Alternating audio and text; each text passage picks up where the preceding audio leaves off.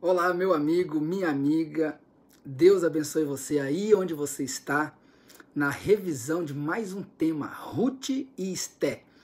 Nosso guia de estudos, eu estou aqui com o meu nas mãos, espero que você esteja com o seu aí. Essa semana segue explorando histórias que apontam para o tempo do fim. Você percebeu, né? Deus escolhe aí exemplos de pessoas reais como eu e você, porque Ele pretende nos ensinar, nos ajudar a perceber aqui na nossa realidade, na nossa perspectiva, como tornar compreensível a profecia do tempo do fim e como isso deve fortalecer a nossa fé. Esse é o propósito do estudo desta semana. E eu peço a Deus que você se coloque em posição de oração e vamos falar com Deus nesse tema importante. Querido Deus, nosso Pai, louvamos-te porque o Senhor nos dará a oportunidade de reviver esse tema usando pessoas reais como nós para que sejamos ativos na salvação das pessoas em nome de Jesus. Amém, Senhor. Muito bem, como já vimos, a lição esta semana mais uma vez aponta, para o tema da profecia e nós, dentro da profecia, sabemos que ela utiliza símbolos para referenciar cada aspecto ali dentro do tema profético e mulher, por exemplo, é o termo utilizado para representar a igreja e a igreja de Deus.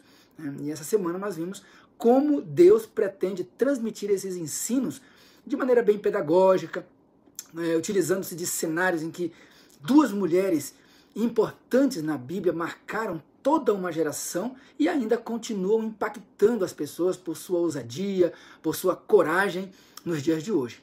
Ruth e Esther nos ensinam diversas lições de como nós podemos demonstrar o amor de Deus por seu povo, o povo que ele deseja, tem intenso desejo de salvá-los, e ele nos lembra, por meio desses personagens, como a gente pode viver como estrangeiro.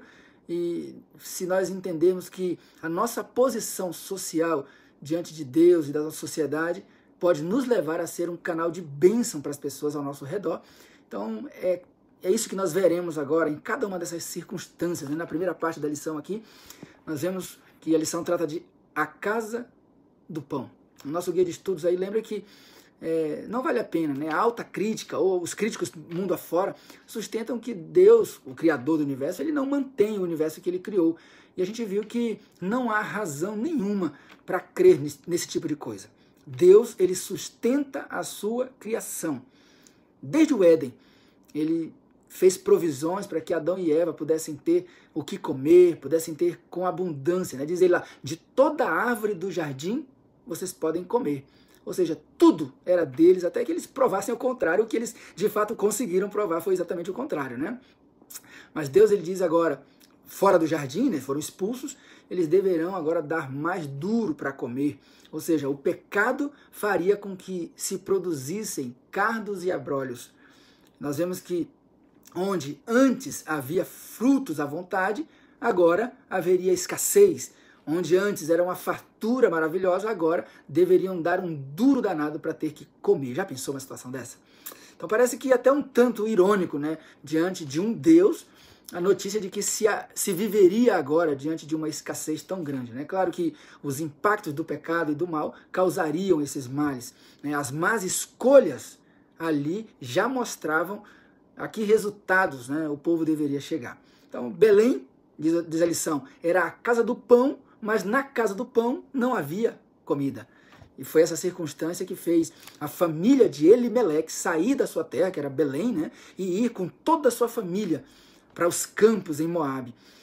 Mas isso era agora uma notícia que eles deveriam ter por um tempo só, era só naquele tempo de crise, um tempo de muita fome que estava acontecendo, então aquilo era circunstancial, diz a lição.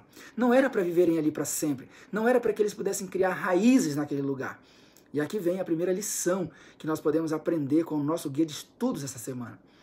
Nesse mundo, nós estamos apenas de passagem. E estamos aqui para ser uma bênção às pessoas, para ser uma bênção àqueles que estão ao nosso redor. E Deus nos diz que o nosso modo de viver aqui, ele é circunstancial, ele é passageiro, até passar esse período de crise que é o pecado que nos assola, Então, eles chegaram ali naquele lugar em família, ali mesmo já perderam os dois filhos, Malom e Quilion, e também Noemi perdeu o marido, Elimeleque. O desgosto ali era tal que Noemi pede para trocar o seu nome de Noemi para Mara, que significa amargo, como você pôde acompanhar aí. E eu lembro a você que esses meninos, Malom e Quilion, haviam se casado com mulheres moabitas, né? Malom casou-se com Ruth e Quilion com Orfa. E agora, viúvas, elas também têm que se virar sozinhas entre si. Agora, Noemi, que a história ela mostra que Noemi se interessou, ela teve ali uma vontade de retornar a Belém, vivendo em Moabe, e agora elas voltam, mas Orfa, no meio do caminho, ela decidiu voltar para o lugar de origem, permanecer ali em Moabe, né? E ela pega no meio do caminho, retorna. Porém, Ruth, sua outra nora, permaneceria com Noemi, sua sogra, e ela ali fala, né, aquelas palavras emblemáticas que nós encontramos no texto, né? Não inste para que eu volte. Onde fores, irei eu, dizia ela, né? Onde pousares, ali pousarei eu. Se morreres, ali também morrerei eu, dizia a sua nora maravilhosa. E Ruth permaneceria então com sua sogra, e era ali um período de colheita, de acordo com o capítulo 2 de Ruth, como você acompanhou. E nesse período, nesse cenário que já preparado por Deus, Ruth conhece um bom homem chamado Boaz. Você lembra da história? E eu lembro a você que ela ali vai aos campos para colher as espigas, né, que estão sendo colhidas pelos servos, e os trabalhadores estão ali. Boaz vê aquela situação e ele procura saber quem é essa moça. Está ali trabalhando entre eles. O servo chama ali a atenção e deixa claro que ela é uma moabita que veio com Noemi, né, e precisava pegar as espigas. Eles estavam passando por necessidades, o tempo de crise. Boaz então ouve atentamente aquela história e ele não só permite que ela seja atendida com as espigas, permite que ela possa colher ali entre os servos, mas ele dá orientações precisas de como ela deve prosseguir, sendo ali protegida no meio das servas, né, naquele campo. Então vemos aqui nesse personagem Boaz atitudes da graça de Deus, a graça maravilhosa de um Deus que, sendo nós estrangeiros na terra que nós vivemos, sem condições nenhuma, pobres, essa graça ela nos acolhe de maneira maravilhosa. Boaz aparece ali como um bom homem, e as necessidades dessas viúvas não precisavam, né, disse a lição, não precisavam durar para sempre. E nós entendemos que, igualmente nesse mundo caótico, perdido, cheio de incertezas, você e eu podemos nos certificar de que essas provações, como falta de recursos, a pobreza, tudo isso vai ter um fim um dia. Fique certo disso, querido irmão. Boaz representa aqui a imagem de um Deus que se apresenta a todos nós como um homem bondoso, um Deus maravilhoso e que ama a todos os seus filhos. E ele ama especialmente aqueles que agem com justiça, né? Você vê, a atitude de Ruth foi em não abandonar a sua sogra por nada. Ela foi justa até o fim, para se ajudarem ali em situações de crise que elas estavam enfrentando naqueles dias. E essa foi, então, a segunda parte da lição que nós vimos até aqui. Nossa lição, nosso guia de estudo mostra que Deus, ele faz justiça com todos os seus filhos. Ele ama a todos, mas ele ama especialmente aqueles que são justos. A estes, Deus nunca, jamais abandonará. Então essa foi a segunda parte da lição que nós aprendemos até aqui. Chegamos na terceira parte e nós entendemos que a lição nos mostra, né, Boaz como um resgatador. E aqui nós vemos Noemi retribuindo a amizade com Ruth. Ela se preocupa, né, que ela se case novamente. Ela era uma mulher jovem ainda e ela sugere, olha, você deve procurar alguém para ser feliz, para se casar novamente.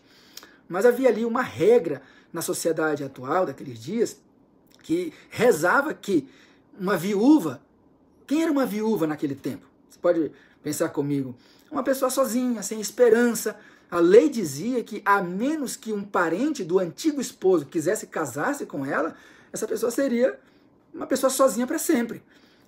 Esse era o status da realidade de uma mulher viúva naqueles dias. E Boaz, que já dera sinais de que seria um bom homem, porque atendia ela muito bem, tinha recebido a Ruth muito bem, quando Ruth comenta isso com Noemi, então ela, né, faz uma declaração dizendo que aquele homem poderia cumprir aquela regra daqueles dias, porque era um parente do seu falecido esposo, né, Elimeleque. E ela então fica muito feliz com aquela notícia. E agora Ruth se enche de esperança, porque ela pode sair daquela condição de sem esperança e voltar agora a ter dignidade na sociedade em que ela estava. O fato é que Boaz faz uma declaração bem intrigante agora nesse momento, e ela fica assustada, né? Porque ele declara que ele até poderia ser o resgatador dela, né? Porém ele diz que há um parente mais próximo, que ele tinha ali uma certa prioridade no resgate. E Boaz então explica todo o processo, E ele fez cumprir cada etapa desse processo, falando ali da venda da propriedade que era herança, né, de Noemi. E ele dizia, olha, o comprador que comprar essa terra também deverá herdar a Ruth. E o nosso texto bíblico nos informa que esse comprador declara que ele não pode assumir esse compromisso, né, e ele passa essa prioridade automaticamente às mãos de Boaz, que já estava ali apaixonado, né, digamos assim, por Ruth. E ele então permite que o processo seja cumprido devidamente, sem atropelos, cumprindo legalmente ali aqueles critérios. E sabe, queridos, Deus abençoa pessoas que agem com integridade. Ninguém poderia reclamar que a lei naquele caso não fora cumprida, porque, né, ali o processo foi passo a passo. Boaz fez tudo isso diante de testemunhas, chamou o povo à porta da cidade, você lembra do texto, né? Você lê ali o livro de Ruth, de Noemi, de Esther, desculpa, diante dessa possibilidade de Ruth assumir o parente mais próximo. Então Boaz já assume agora, ele casa com ela, cumpre a lei e ele é um resgatador legal naqueles dias dentro dessa história que nós vimos. Então, que lições nós podemos aprender com essa linda história? Veja que nas palavras do próprio Boaz, né, ele diz, olha, eu até estou pronto para assumir você, e eu posso te redimir, mas há alguém que pode reclamar-te como parente mais próxima. Aqui, meus amigos, eu chamo a sua atenção, aqui nessa fala de Boaz, fortes implicações proféticas. Veja que, se de um lado nós temos Boaz, a representação da pessoa de Jesus, né, um homem bondoso, cheio de integridade, por outro lado, nós temos a imagem de um parente próximo que pode reclamar a propriedade, porque ele sempre fez isso. Na história inteira nós vemos isso na Bíblia. Este é Satanás. Ele sempre sugeriu que o mundo é sua propriedade, que as pessoas são sua propriedade. Ele fez isso com Jesus, lá no episódio da tentação, você lembra? Fez isso com Jó, né, ao passear ali, rodear a terra. E ele reclamou também no episódio, né, de Deuteronômio ali, o corpo de Moisés. E a Bíblia diz que Miguel discutiu com o diabo a respeito do corpo de Moisés. Você lembra disso aí, né? As palavras da serva do Senhor, Ellen White, eu lembro de um texto que ela disse que Deus refutou essas alegações de Satanás e ressuscitou a Moisés. Se você olhar o capítulo 4 do livro de Ruth, lá diz que Boaz foi ao portão da cidade de Belém, né, onde Jesus nasceu, que é o nosso verdadeiro parente, aquele que verdadeiramente está interessado em nós, em nossa vida. Ainda que estrangeiros, ele nos assimila, ele nos assume como seus filhos. E assim como Boaz fez com Ruth, né, nessa condição de viúva, pobre e necessitada, Deus ele faz o mesmo conosco. A lição, querido irmão, ela deixa claro que esse caso, decidido ali no portão da cidade, aponta para uma cena de juízo lá descrita em Daniel, capítulo 7, você lembra, né? Nós somos chamados a lembrar que esse texto traz um ato em que Cristo trará a juízo todas as coisas. Mas antes disto, lembre aí, nós somos lembrados que ele pagou preço caro, assim como Boaz fez com sua noiva Ruth. Sabe, amigo, Satanás não tem direito algum por sua vida. Na quarta parte, Amã, ele é comparado a Satanás justamente por seu desejo incontrolável, né, pelo poder. Você viu isso na lição. Ele queria que todos se inclinassem perante ele, né, mas ali havia um homem de Deus, né, Mardoqueu, Mordecai, que era do povo de Deus, e ele então garantiu que não se submeteriam, que não se inclinariam perante homem algum. E isso suscitou uma ira muito grande por parte de Amã, e o livro de Esther destaca que o plano dele, o alvo dele, a meta era eliminar o povo de Deus da terra, os judeus ali. Então, querido amigo, querida irmã, queridos amigos que nos acompanham do outro lado, chegará um tempo, lembre disso, apontado pela profecia, em que um poder político fará a mesma coisa. É uma junção ali de um poder político religioso. Homens empoderados farão as mesmas exigências. Lembre-se disso. Essa reivindicação por adoração, submissão total e exclusiva, né? Você lembra aí que o sábado será um exemplo nesse ponto crucial, nessa controvérsia toda, né?